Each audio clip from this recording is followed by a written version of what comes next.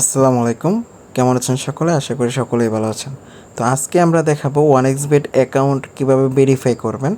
1xBet বলেন, Melbet বলেন, লাইনবেট বলেন, এই সবগুলার ভেরিফাই সিস্টেম এক, সেম টু সেম।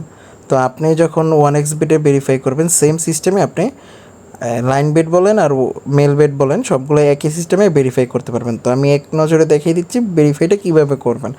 তো ভেরিফাই করার সময় অবশ্যই তো আপনারা অ্যাকাউন্ট খুলছেন, অ্যাকাউন্ট না খুললে তার ভেরিফাই করতে আসবেন না।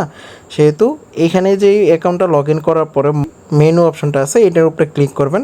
ক্লিক করার পরে দেখেন উপরে আপনার আইডি কোডটা দেখাইতেছে, আইডি কোডের উপরে একটা ক্লিক করবেন।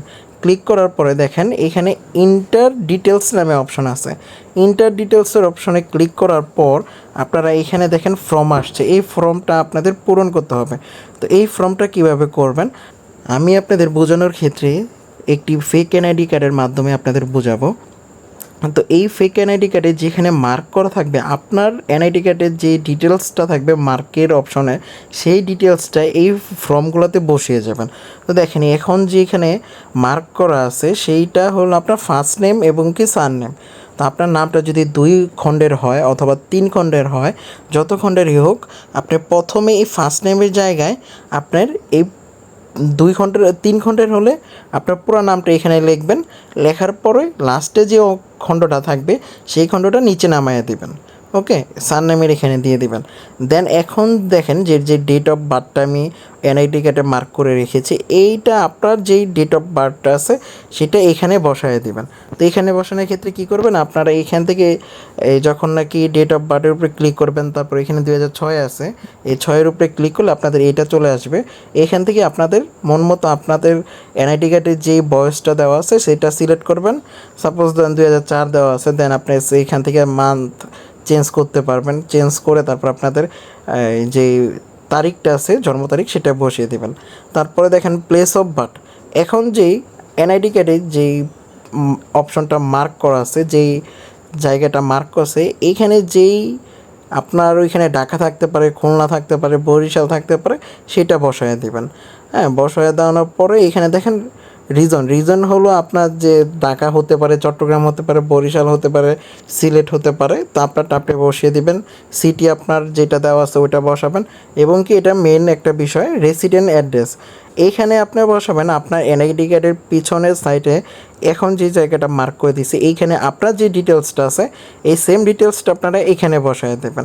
ওকে, ডকুমেন্ট টাইপের এখানে আপনারা এনআইডি কার্ড দিয়ে দেবেন।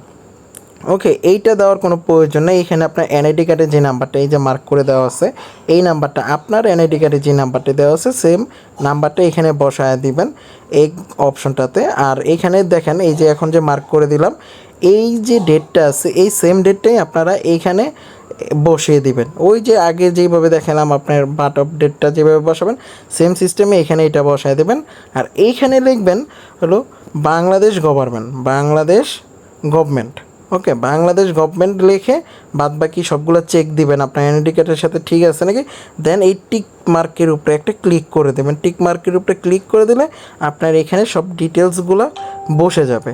যেহেতু আমি এটা এনআইডি ভেরিফাই করছি না, সেহেতু আমি জাস্ট আপনাদের দেখানোর ক্ষেত্রে এটা বলে দিলাম যে কোথায় কী বসাতে হবে। অনেকেই আছে যে আইডি কার্ড আছে, সব কিছু আছে, কিন্তু বাট বুঝেন না যে কোথায় কোন ডিটেলসটা দিতে হবে। সেই ক্ষেত্রে আমি আপনাদের দেখিয়ে দিলাম সহজেই। এখন ইনশাল্লাহ বলা যায় যে আপনারা বুঝতে পারবেন। এবং যারা নাকি 1xBet-এ ডিপোজিট এবং উইথড্র নিতে চান, অবশ্যই আমাদের সাথে যোগাযোগ করবেন। হোয়াটসঅ্যাপের নাম্বার দেওয়া থাকবে, সেই নাম্বারে আপনারা যোগাযোগ করলে উইথড্র এবং কি ডিপোজিট সততার সাথে পেয়ে যাবেন। সর্বোচ্চ 1 থেকে 2 মিনিটের মধ্যে ডিপোজিট এবং কি উইথড্র পেয়ে যাবেন। এই ভিডিওতে বুঝতে কোনো কিছুতে অসুবিধা থাকলে অবশ্যই আমাদের মেসেজ করবেন। হোয়াটসঅ্যাপ যেই নাম্বারটি দেওয়া থাকবে সেই নাম্বারে মেসেজ করলে আমরা অবশ্যই সমাধান করে দেব। এবং আপনাদের উইথড্র নিয়ে কোনো সমস্যা থাকলে সেটির জন্য জানাবেন। উইথড্র এবং কি ডিপোজিটে যদি কোনো প্রবলেম হয়ে থাকে তাও জানাবেন, তাও আমরা ইনশাল্লাহ সমাধান করে দিতে পারবো। ধন্যবাদ।